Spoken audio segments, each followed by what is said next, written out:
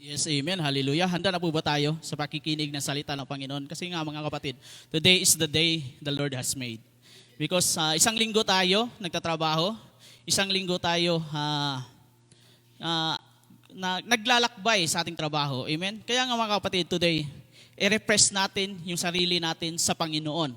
Kaya nga, may mga pinagdaanan tayo sa araw-araw nating mga gawain. Amen? Hallelujah. Kaya mga kapatid, bago tayo tutungo sa ating panalinginan, patungo sa ating gospel na ibinibigay sa atin ng Panginoon. Kaya mga kapatid, samahan niyo ako sa ating panalangin. Iyuko natin muna yung ating ulo. Kahit na hindi na kayo nakatayo, diyan lang kayo sa comfort niyo na upuan. Amen. Hallelujah. Yes, Lord God, we worship you. We glorify your name, Lord God. Panginoon o God, salamat Panginoon. Salamat Lord sa provision, Panginoon o God. Salamat sa revelation mo na ibinigay mo para sa akin, Panginoon, Lord God. Lord, samahan mo ako, Panginoon o God. Lord, help me, Panginoon o God. Guide me, Panginoon o God. Bagkus, Panginoon o God, hindi yung kaalaman ko, hindi yung karunungan ko, Panginoon o God. Hindi yung kalakasan ko, Panginoon o God. Bagkus, Panginoon. Ikaw lamang, Panginoon, Lord God, ang mananahan para sa akin, Lord. Ibigay mo, Panginoon o God, ang banal na espiritu, banal na dugo, Panginoon o God. I-anoint mo ko mightily, Panginoon o God. Nawa, Lord God, lalo na po, Panginoon, sa aming mga kapatiran, Panginoon, online at on-site, Lord God. Lord God, I pray, Father God, nawa, Lord God, na makuha nila, Panginoon, kung anumang revelation mo, Panginoon, para sa amin, Panginoon o God. Lord God, nawa, Lord God, na may tanim ito sa parte ng bahagi ng aming puso, Panginoon o God. Lord God, ito, Panginoon o God, nawa, Lord God, to spread the words, Panginoon, hindi lang sa akin, Panginoon, kundi sa iyong mga anak, Panginoon o God. Nagkukulang, Panginoon o God, sa iyong mga salita, Panginoon o God. Lord, bagkus, Panginoon, ikaw ang Diyos na dakila sa aming buhay, Panginoon. Salamat, salamat, Panginoon. Ikaw ang pupurihin, dakilain sa pangalan ni Jesus. Amen at amen. Hallelujah. Amen, no, mga kapatid, no?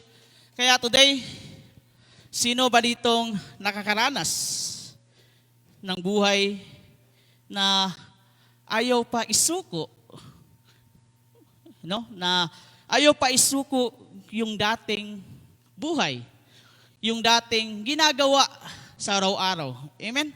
Kaya mga kapatid, sinasabi dito sa atin ni Paul, paano ba tayo magbago bilang isang Kristiyano? Amen? Hallelujah. Kaya nga sabi dito sa scripture, no? Sabi diyan, sabi diyan, no? Sa Romans chapter 12 verse 1 in IV version, therefore I urge you, brother and sister, in view God's mercy, to offer your bodies as a living sacrifice, holy, pleasing to God. This is your true and proper worship. Do not conform the pattern of this world, but be transformed by renewal of your mind. Then you will be able to test and approve what God will is, His good, blessing, and perfect will. Amen? Hallelujah, no? Napakaganda na sinasabi sa atin ng ating Panginoong Diyos. Anong sabi niya? I urge you, no? Na tayo, mga kapatid, na habang nandyan ang Panginoon sa ating buhay, habang na tayo ay nakakarinig ng salita ng ating Panginoon, i-offer natin yung katawan natin sa Panginoon as a living sacrifice. Kaya mga kapatid, in 2 points, sabi dito, mas mahirap, no? Kaya kung may pumipigil at humihila sa iyo, kasi minsan pinipigilan tayo yung mga bagay na ayaw natin mawala, no? Sa tawag ng mundo. Pero ano ba yung humihila sa iyo? Minsan, no, mahirap pakawalan, mahirap, no? Kasi pinipigilan ka sa mundong ito. Ano ba yung mga pumipigil sa atin? Amen? Number 1, yung sin natin. Amen? Number 2, yung pride natin. No? Pinipigilan tayo kung ano ang dapat natin gawin sa Panginoon. Amen? Kaya nga sabi ito, pero sabi ng Panginoon, huwag kayong makiayon sa takbo ng mundong ito. No? Sinasabi na ang Panginoon dito sa atin, no? Na dapat hindi tayo naaayon. Do not conform to the pattern of this world. Because this world is the broken world. Amen? Makasalanan itong mundo na ito.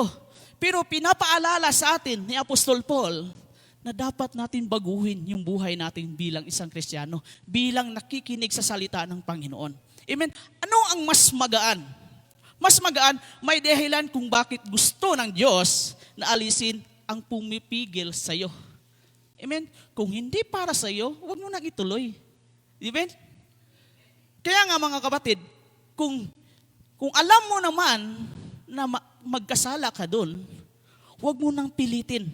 No? Hindi para bawasan ang saya mo. No? Kundi para maranasan mo ang buhay na hinahanda niya. Amen? Gusto ng Panginoon, sabi ng Hebrews chapter 12 verse 1, alisin ang anumang hadlang at talikuran ang kasalanang kumakapit sa atin. Napagano? Mas magaan ang takbo kapag wala nang humihila sa atin. Amen? Napakaganda kaya na wala kang iniisip, na patuloy ka na lumalakad na walang pumipigil sa iyo. Amen? Hallelujah. Napakaganda rito na ibinabahagi sa atin ng ating Panginoong Diyos kay Apostol Paul para sa atin. Kaya nga mga kapatid, na tayo bilang isang makikinig sa salita ng Panginoon, ano ang dapat nating gawin sa buhay natin.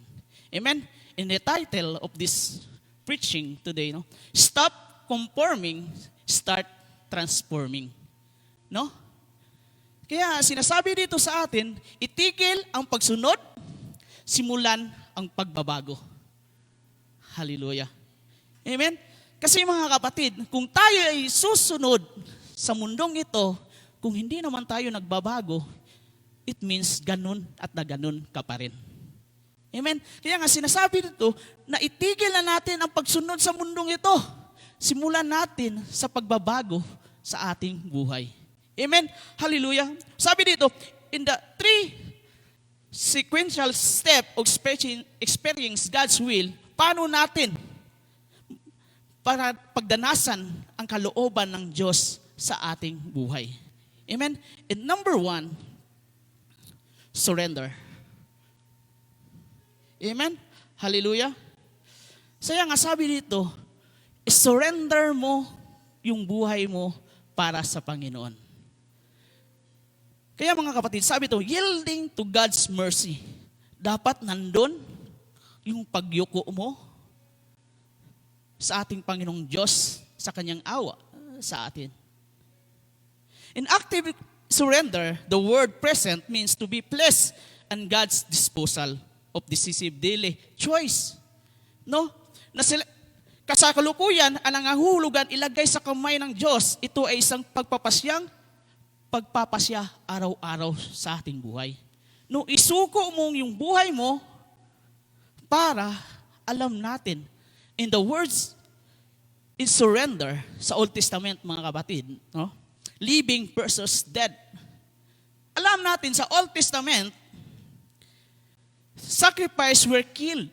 Alam natin mga kapatid, nung dating sa Old Testament, kung basahin natin, mag-aalay sila ng buhay na tupa. Ano ba yun?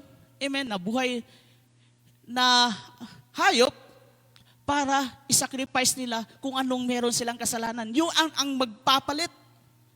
Amen? Kaya nga mga kapatid, sinabi ito, living, were killed, a living sacrifice, died to self-indulgence daily to live God's purposes. Sa ngayon mga kapatid, merong tayong Diyos, merong tayong Kristo na nagbibigay sa atin ng buhay na walang hanggan. Ano ba ang isusurrender natin sa Panginoon? Amen? Number 1, sabi nga kanina, yung katawan natin sa Panginoon. No? Ibigay natin yung buhay natin sa Panginoon. Kasi nga sabi doon, balikan natin. Diyan anong isusurrender natin? God's mercy to offer your bodies as a living sacrifice, holy, pleasing to God. Na naaayon sa ating Panginoon. Amen? Yung buhay natin, dapat kalugod-lugod sa Panginoon. Sabi nga, ito ba yung sa trabaho mo? Ikaw kasi tayo, nandun tayo sa work natin eh. Amen? Minsan, madaming temptation, madaming nagagalit sa atin. Minsan, yung pasyente natin, customer natin. Amen? Bago tayo papasok, i-offer na natin yung sarili natin para maging kalugod-lugod sa ating Panginoon. Amen? Hallelujah. Kaya nga sinasabi sa atin ng Panginoong Diyos, we surrender our life to Him. Ito yung purpose ng Panginoon para sa atin. True worship, worship is not singing just on Sunday. Amen? Pag sinabi na, ikaw muna ang aawit ngayon. In Monday to Thursday and night, until Friday, sikapin mo yung buhay mo na surrender mo sa Panginoon. Amen? Kaya nga, mga kapatid, habang nasa process ka, hinahanda mo na yung sarili mo sa ating Panginoon na buhay. Ihanda mo na yung sarili mo para kalugod-lugod tayo to praise and worship to Him. Kaya mga kapatid, sinasabi dito sa atin, hindi lang ito Sunday, umaawit tayo, Friday, na umaawit tayo. It's how you live your life Monday through Saturday. Kung paano tayo namumuhay sa isang linggo. Sinasabi nito, naayon ba sa ating Panginoon? Amen? Sinasabi pa dito, in Romans chapter 12, verse 1, kaya nga mga kapatid, alang-alang sa pagsaganang habag ng Diyos sa atin, ako'y nakikiusap sa inyo, ialay ninyo ang inyong sarili bilang isang handog na buhay. Banal, kalugod-lugod sa Diyos. Ito ay karapat-dapat na pagsamba ninyo sa Diyos. Na dapat tayo, we surrender our life to Him. Amen?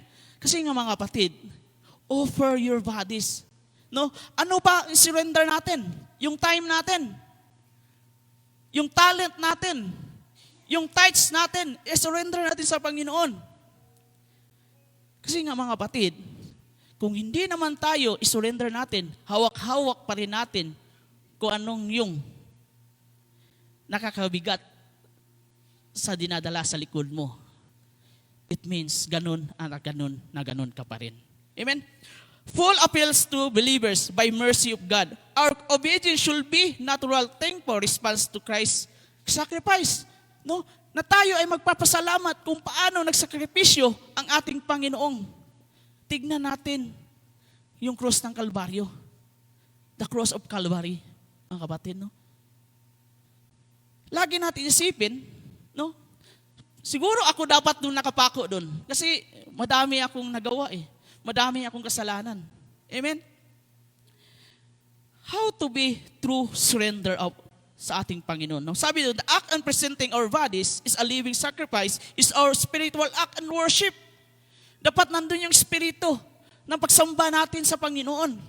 Yung pagkilos sa buhay sa atin, yung Holy Spirit na dumating sa atin. Amen? Kaya mga kapatid, madami pa ang hindi nakakinig ng salita ng Panginoon. Pinakinig naman, pero nilalabas naman sa kabila. Amen? Kung tayo ay totoong i-surrender natin, kasi true surrender means a complete daily yielding our physical lives, time, and desires to God's control. Kung totoong na isinurrender mo ang iyong buhay mo, dapat makikita sa iyo araw-araw. Makikita sa physical lives mo na, nagbago na ang ating kapatid. Amen? Yung time niya, hindi na nalilate. Amen?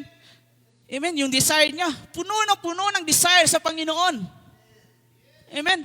Nakikita mo, yung post, ang dami, ang ganda ng mga verse na, di ba?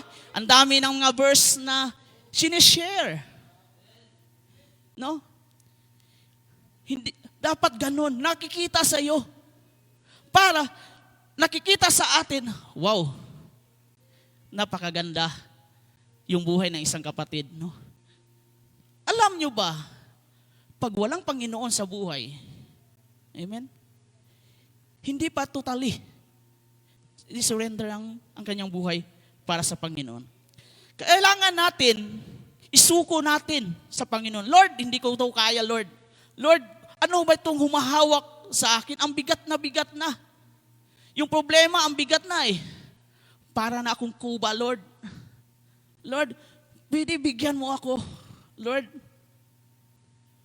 paano ko ito isuko sa iyo, Lord? Amen?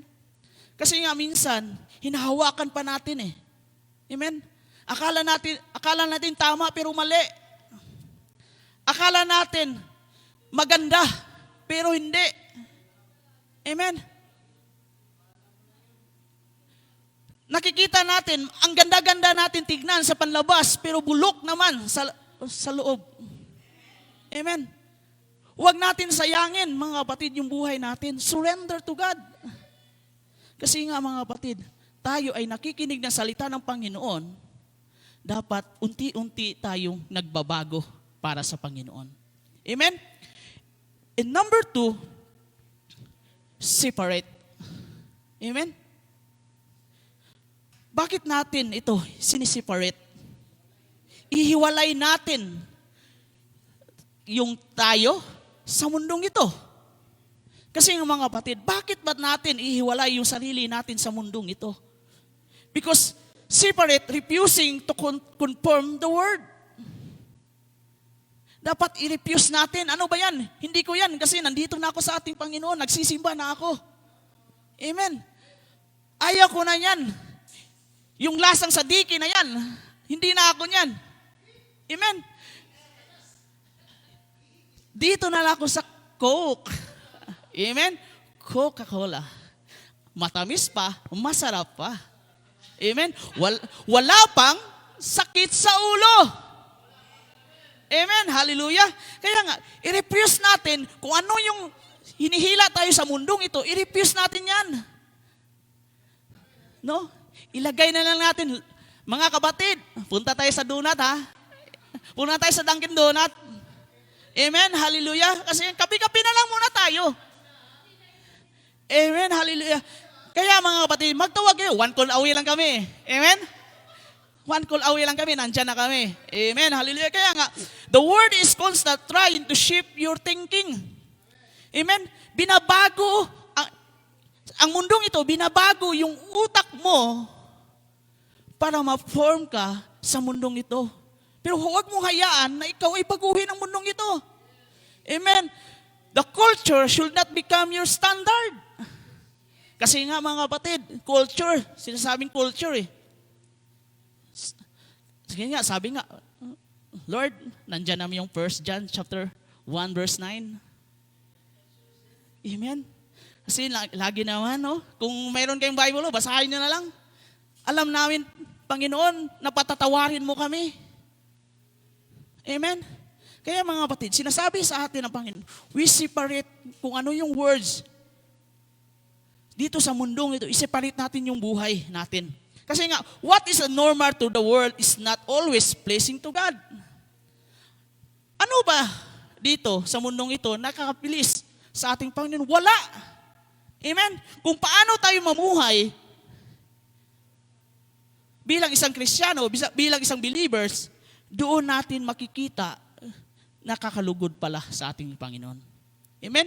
Kaya nga, sabi nga dito, in Romans chapter 12, verse 12 to 2a, do not conform to the pattern of this world.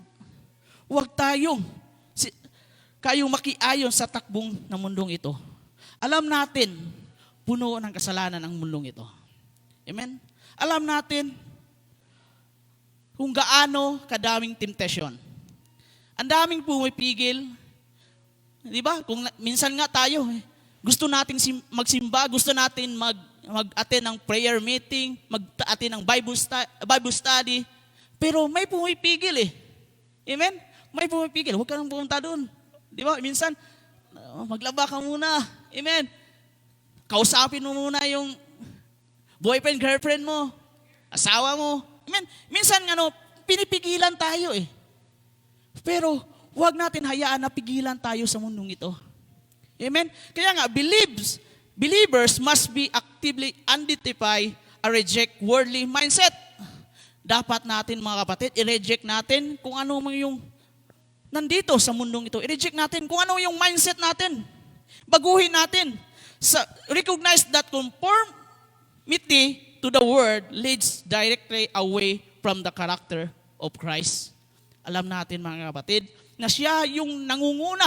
Ang mundong ito, nangunguna kung paano natin na hindi na matutunan natin ang salita ng Panginoon.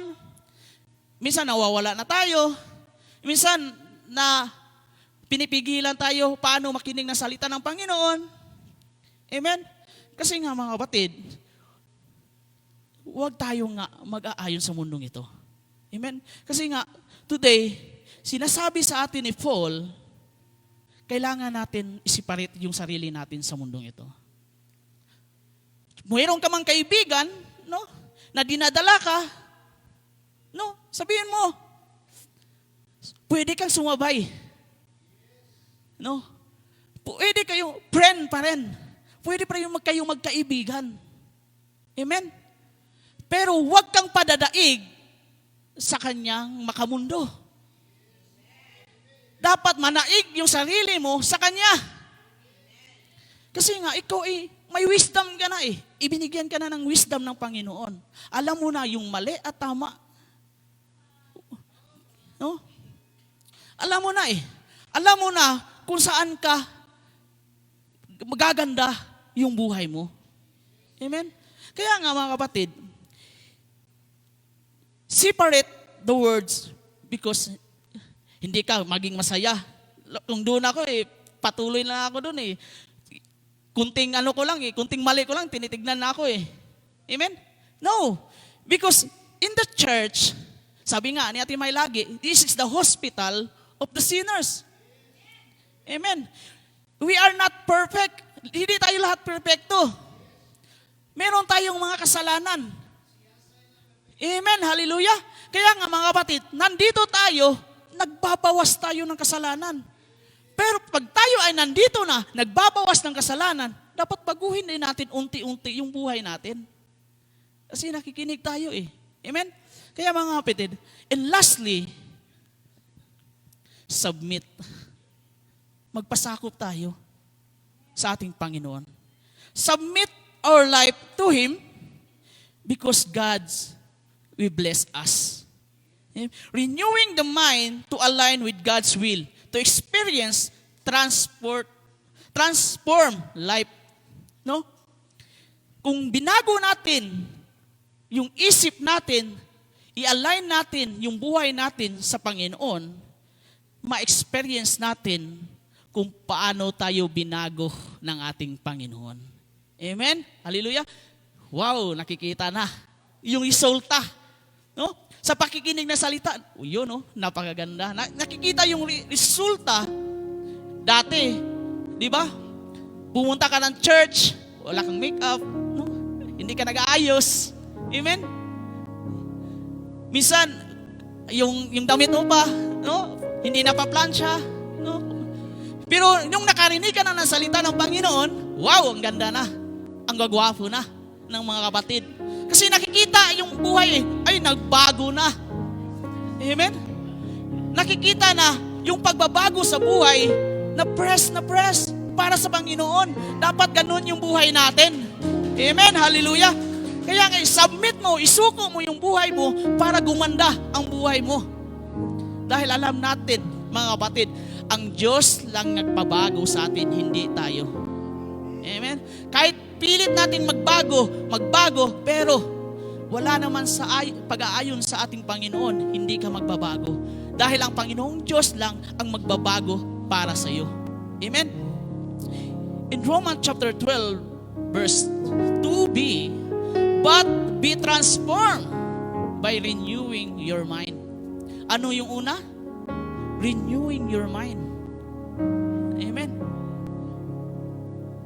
Paano tayo magbabago kung yung isip mo ay nandun pa rin, hindi tayo mababago. Kaya mga kapatid, bakit inuuna dito yung isip natin? Kasi nga, kung sinusunod lang natin ang puso, nandito kasi yung puso, Hindi tayo magbago. Alam natin, yung puso natin is mapanlinlang, deceitful. Kaya nga, yung utak natin nilagay dito sa taas para makita natin kung ano yung mali sa ating puso. Amen? Kaya nga, nilagay niya dito sa gitna para maintindihan natin yung wisdom natin at karunungan natin para sa Panginoon. Kaya huwag natin sundin yung puso natin. Kung susundin natin yung puso natin, masasaktan at masasaktan tayo. Amen? Kaya mga kapatid, lagi natin isipin in the Jeremiah, sabi nga doon, your heart is deceitful. Amen? Mapanlin lang. Amen? Hallelujah. Kaya nga mga kapatid, remember, lagi natin tandaan, transformation begins on your mind. Ang pagbabago ay dapat nagsimula sa ating pag-iisip. Amen? And number 2, the word renews. Ang salita ng Panginoon, yun ang magbabago sa'yo. Amen? In God's will for your good. Amen? Kasi mga kapatid, sinasabi dito, what God's will is His good and pleasing and perfect will. No? Na alam natin yung kalooban ng Diyos, ito yung magbibigay kabutihan at paglulugod sa atin. At perpektong pagkakaloob sa atin ng ating Panginoon. Amen? Kasi nga mga kapatid, nandito tayo, nagkikinig tayo ng salita ng Panginoon. Kasi nga, sabi nga, transformation is a process. Not overnight perfection. Amen? Ang pagbabago ay proseso. Hindi itong, umatin ka ngayon, bukas, bago ka na eh. Nabago ka na. Amen? No, hindi yon mga kapatid. It's a process. Process natin yan. Tandaan natin. Kasi nga, kayo nakikinig ka, mamaya, uy, wala, nag-hallelujah na si kapatid doon, oh. Yun, oh. Amen? Hallelujah. Kaya mga kapatid, unti-unti tayong binabago ng Diyos. A process, proseso. Kaya nga, nandito tayo ngayon para matuto tayo kung paano tayo babago. Amen? Kasi nga, mercies, ang awa ng Diyos, we do not transform ourselves to earn God's love. Amen? Sabi nga dito, hindi natin binabago ang ating sarili upang kumita ng pag-ibig ng Diyos. Lagi natin tandaan ha, hindi tayo binabago ng ating sarili upang kumita ng pag-ibig sa Diyos, who earns God's love. Sinasabi dito, we transform as a grateful response to His love. Amen, hallelujah. Binabago natin bilang isang pagpapasalamat sa tugon sa kanyang pag-ibig sa atin ng Diyos. Dahil sa kanyang pag-ibig, lagi natin tandaan, binabago tayo ng Diyos dahil sa kanyang pag-ibig. Amen?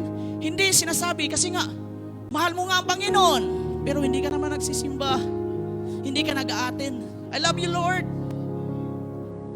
Saan yung action natin? Kasi mga kapatid, yung magpapasalamat tayo dahil sa kanyang pag-ibig, nandito tayo ngayon. Amen. Hallelujah. Kaya submission is an active, ongoing choice to replace the world's lie. I-replace natin. Yung pagsuko natin, dapat aktibo. No? Ito'y choice. No? Kung ano yung gawa ng makamundo, tigilan natin. O anong yung sinasabi sa mundong ito? Meron akong Panginoon, meron akong Kristo, meron akong salita ng Panginoon sa puso ko. Amen? Kung ano yung sinasalita ng mundo, hayaan mo, kasinungalingan yan lahat. Nandito sa mundong ito, lahat ng nakikita sa mundong ito, ito'y wala ito sa ating kapangyarihan na sa langit natin, sa ating Panginoong Diyos. Sinabi, this is achieved through daily Bible reading. Paano ba natin i-replace natin yung word itong mundo na ito? Through Bible reading. Dapat magbabasa tayo ng ating Biblia. Magbabasa tayo sa ating devotion. Amen? Then, prayer. No? Kung hindi mo kaya, hindi mo kayang bitawan, Lord, ipapalangin ko sa iyo, isurrender ko to sa iyo, Lord. Lord, kung para sa akin to. Kung hindi, ihiwalay mo sa akin. Amen. Lord, kung ano man yung pinapanalangin mo sa ating Panginoon, kung ano man yung bigat, Lord, kung itong trabaho na ito, Lord, hindi para sa akin, ihiwalay mo ito, Lord. Lord, no? Kaya nga, sinasabi dito sa atin, magpatuloy tayo. Piliin natin ang Panginoon. Yielding to His Holy Spirit. Magpasakop tayo sa banal na Espiritu. Amen? We submit our lives to Him because yun ang dapat natin gawin bilang isang Kristiyano. Amen? Sabi nga, mga kapatid, no, na tayo, we surrender, we separate this word, submit our life to Him. No?